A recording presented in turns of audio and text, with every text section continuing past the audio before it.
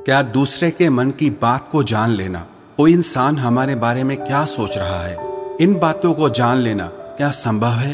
तो इसका उत्तर है हाँ। 100% तो नहीं, लेकिन किसी हद तक आप किसी के भी मन की बातों को जान सकते हैं, समझ सकते हैं।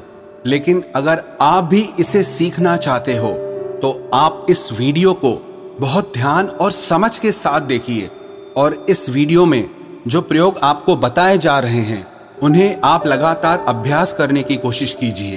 तभी आप किसी के भी मन की बात को समझ पाएंगे, महसूस कर पाएंगे।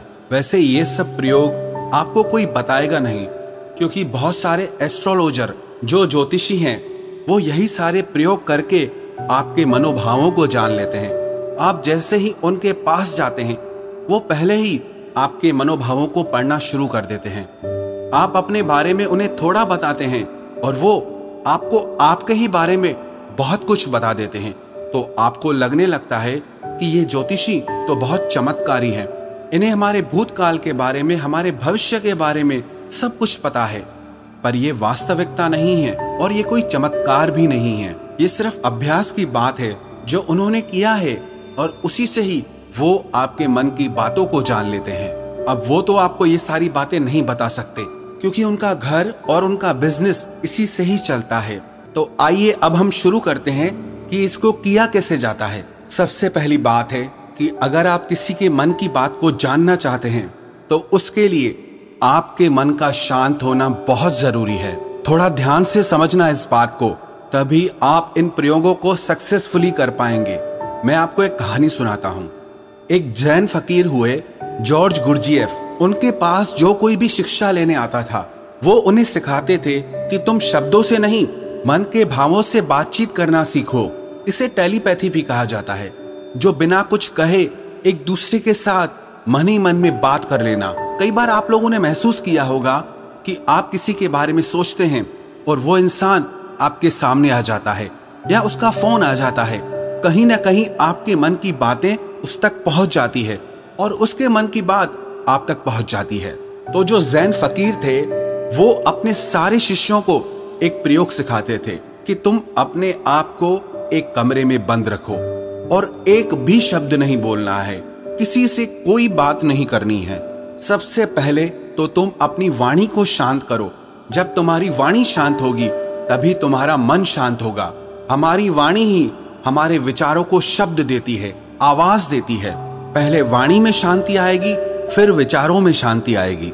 फिर जब धीरे धीरे उन शिष्यों का मन प्रयोगों के द्वारा शांत होने लगता था तो गुरजिएफ क्या करते थे, अपने मन में एक शब्द बोलते थे, जैसे कि गुलाब का फूल।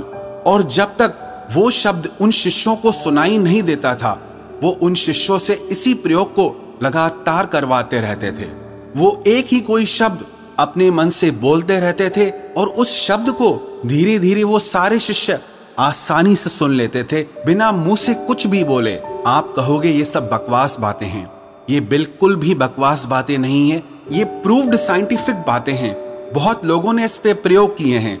आपने कभी देखा, जो मनोवैज्ञानिक होते हैं वो बहुत से लोगों के चेहरे के हाव भावों को देखकर, उनकी बातों को सुनकर उनके मन की बात जान लेते हैं। तभी मनोवैज्ञानिक लोगों के सामने सब लोग अपने दिल की हर बात खोलकर रख देते हैं। उन्हें लगता है कि इन्हें हमारे बारे में सब कुछ समझ में आता है, ये तो हमारे मन की बातें पढ़ लेते हैं। जो लोग मनोवैज्ञानिकों के पास जाते हैं उन्हें लगता है कि इस मनोवैज्ञानिक के पास तो कोई चमत्कारी शक्ति है। सच कहूं, उसके पास कोई चमत्कारी शक्ति नहीं।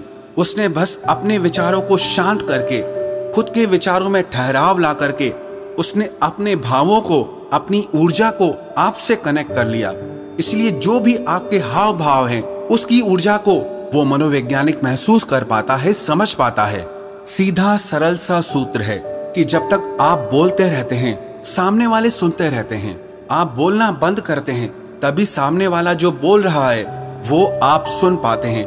यदि आप दोनों ही लगातार बोलते रहेंगे तो किसी को कुछ समझ में नहीं आएगा। ठीक इसी तरह यदि आपका मन चुप है तभी आप किसी दूसरे का मन सुन सकते हैं। मन के चुप होने का मतलब है कि आप विचार और कल्पनाओं से बाहर निकलकर पूर्णतः शांत हो जाएं। इसे ही चित्त का शांत होना कहते हैं। कहते हैं कि इस मन की शक्ति योग के बल पर जो योगी लोग होते हैं वो चींटियों के पैरों में बंधे घुंघरू की आवाज तक भी सुन सकते हैं। तो लोगों के मन में तो दुनिया भर का शोर मचा हुआ है, वो आपको कैसे नहीं सुनाई देगा। लेकिन इसके लिए आपको एक बात बता दूं, जिन लोगों का मन बहुत चंचल रहता है, बहुत दौड़ता रहता है, ऐसे लोग अपने ही मन की बातों को ठीक से नहीं समझ पाते, तो वो किसी और के मन की बात को क्या समझ पाएंगे। मैंने एक कहानी सुनी, एक फकीर हुए लाओ त्सु। वो अपने एक शिष्य के साथ रोज सुबह में वॉक करने जाते थे। एक दिन जो उनका शिष्य था, तो उस दिन उनका शिष्य अपने मित्र को भी साथ लेकर आया। तो मॉर्निंग वॉक के टाइम पे उनका शिष्य और उसका मित्र भी साथ साथ चलने लगा। वो काफी देर तक ऐसे ही पैदल चलते रहे, किसी ने कोई आवाज नहीं की। जो उनके शिष्य का मित्र था वो बड़ा हैरान हो रहा था कि ये लोग कुछ बोलते क्यों नहीं, इतनी देर से चुप क्यों हैं ये लोग। तो उसने सोचा मैं ही बात शुरू करता हूँ, और काफी समय गुजरने के बाद उसने सिर्फ इतना कहा कि कितनी अच्छी सुबह है, कितना अच्छा मौसम है। जब उस शिष्य के मित्र ने ये बात कही तो लाओ त्सु ने कहा कि कल से तुम अपने मित्र को मेरे पास बिल्कुल लेकर मत आना, क्योंकि ये बहुत शोर मचाता है। वो शिष्य बड़ा हैरान हो गया कि इसने तो सिर्फ इतना कहा कि कितनी अच्छी सुबह है, मौसम कितना अच्छा है, इसमें इसने ऐसा कौन सा शोर मचा दिया। तो लाओ त्सु ने अपने शिष्य से कहा कि मेरा मन अब पूर्णतः शांत हो गया है, अब जरा सी भी आवाज मुझे शोरगुल मालूम होती है। सुबह अच्छी है तो है, मौसम अच्छा है तो है, मैं भी देख रहा था कि मौसम अच्छा है, तुम भी देख रहे थे, तो इस बात को व्यर्थ में बताने का मतलब ही क्या हुआ।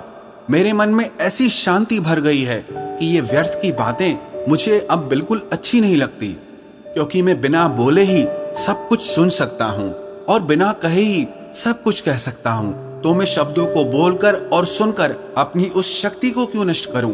जब मैं बिना बोले सुन सकता हूं, बिना कहे भी कह सकता हूं, तो मुझे शब्दों की जरूरत ही नहीं है। अगर आप भी चाहते हैं कि आप दूसरे लोगों के मन की बात जान सकें, तो उसके लिए आप एक प्रयोग करें। सबसे पहले आप दिन में कुछ समय निश्चित करें कि इस समय से इस समय तक आप कुछ नहीं बोलेंगे, और उस समय पे आप एक आसन में बैठना सीखिए और अपने मन में जरा गहरे झांक कर देखिए कि वहां क्या चल रहा है। आपको कोई प्रतिक्रिया नहीं देनी, बस देखना है, और धीरे धीरे इसे देखते हुए आपका मन शांत होने लगेगा। इसे ही महात्मा बुद्ध ने आनापानसति योग कहा है, जिसमें आपका पूरा ध्यान आपकी श्वासों पर रहता है। इससे आपके मन में पूर्णतः शांति आ जाती है, और जब आपका मन पूरी तरह से शांत हो जाता है तो आप अपने आसपास में हो रही चीजों को, लोगों को गहराई से देख पाते हैं, गहराई से समझ पाते हैं, सुन पाते हैं। एक शांत चित्त वाला इंसान बिना कहे भी सामने वाले की हर बात को समझ लेगा, और वो जो कह रहा है उसकी झूठी बातों में वो कभी नहीं फंसेगा, क्योंकि एक शांत चित्त वाला वो सब कुछ सुन सकता है जो एक साधारण इंसान कभी नहीं सुन सकता।